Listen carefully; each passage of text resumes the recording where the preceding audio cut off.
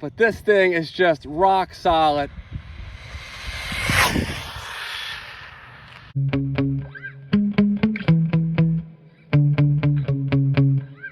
I have my HBX 16890A out here. This thing's heavily modified, and last weekend it went 62.5 miles an hour, 100 kilometers an hour on a 3S Turnigy 850 milliamp hour battery. I put a poll up on the community section of my channel, and most of you guys thought it would go 64 plus miles an hour today on a larger 1500 milliamp hour CNHL battery. So today I'll be running the CNHL 1500 milliamp hour battery in here. Again, real quick, the motor's a 2845 sized motor, 5900 kV, Hobbywing 60 amp ESC, and I'm running a 19T pinion gear in here. Link in the video description on how to fit a bigger pinion gear in here. It's a little tedious, but it can be done. Otherwise, I also have the AIMROCK on-road tires. These are only like $16 for 4 of them. And so far, they've been handling 60 plus miles an hour flawlessly. So let's see what this thing can do. Stay tuned. All right, I have this relatively large CNHL battery shoehorned in here.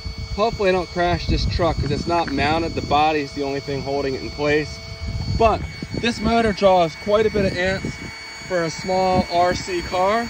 So this should really prevent voltage sag. The other battery I ran was a very high performance battery, the best one I have in the size. But everything else being equal, a larger battery is going to have less voltage sag than a smaller one.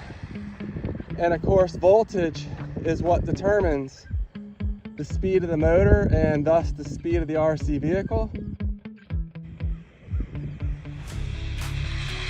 Full throttle. Easing into it again. Full throttle.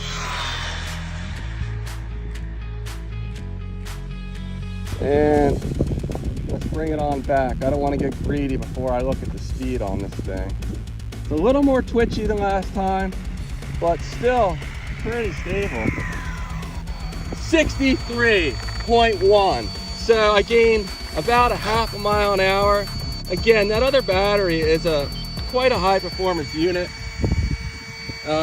Still pretty impressive. I was hoping to gain a little bit more, but it looks like even that tiny little 850, looks like the steering, the throttle trim's messed up somehow.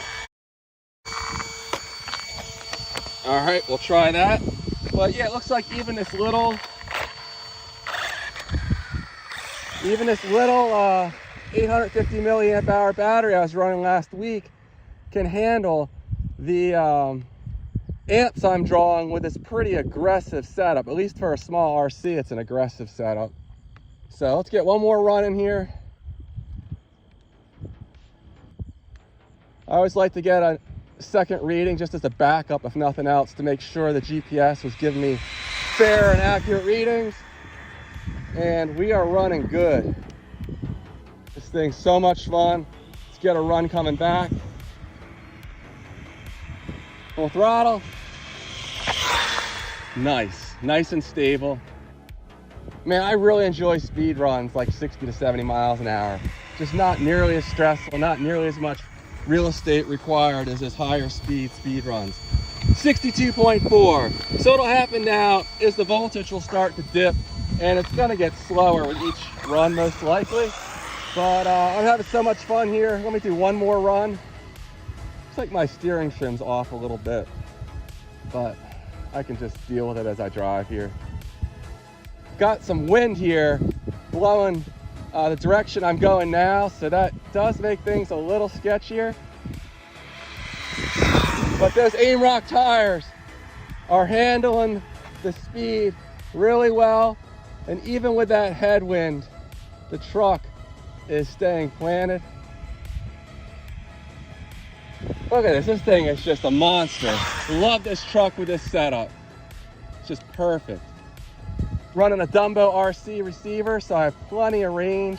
I could go well beyond the distances I'm running it, but this is long enough to get this truck up to top speed.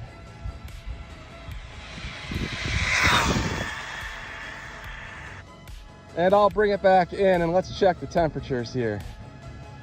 I don't know how many speed runs we've done now, but probably close to 10, at least 8 maybe. 62.6. So nice, consistent readings. And I'm definitely impressed.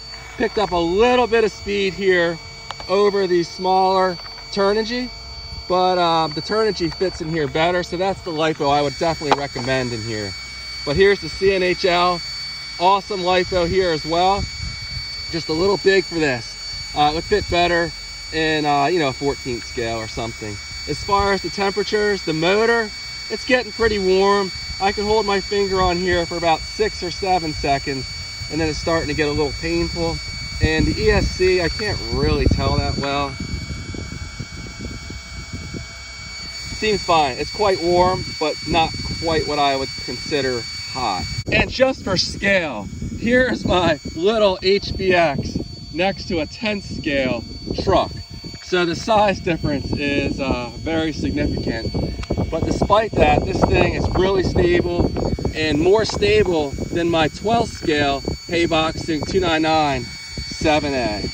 Well, I tried running my Jetwood with a CNHL battery, the second one I brought along, and it just was not stable enough.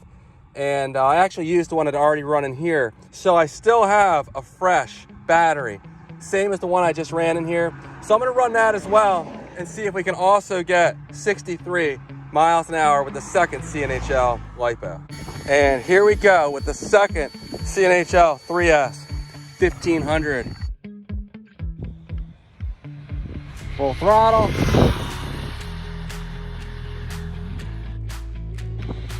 Getting it.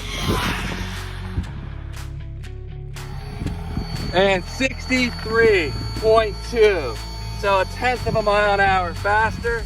Real consistent between these two LiPos. And that's what you're gonna expect with a high performance quality LiPo like that CNHL.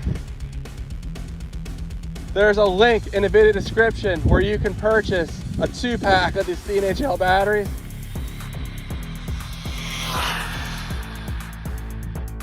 But this thing is just rock solid.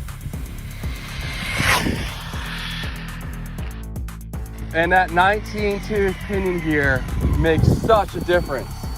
62.5. And again, I'm running a CNHL 3S 100C LiPo. I almost forgot I brought my little Turnigy 850 milliamp hour 3S LiPo out here.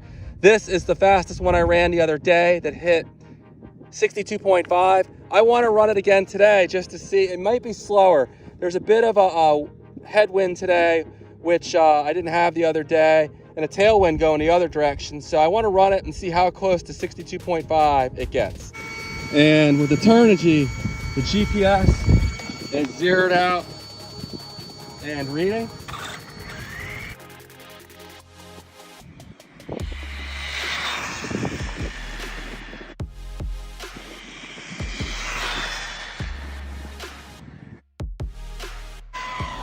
Okay, today we're slower, 61 miles an hour. So that CNHL actually made a bigger difference than I thought. Let me do one more run with the wind at my back here. This little battery though, the voltage is gonna drop more quickly than that CNHL that's got about twice the capacity as this. So we may well go even slower than 61 on this next run here. Full throttle.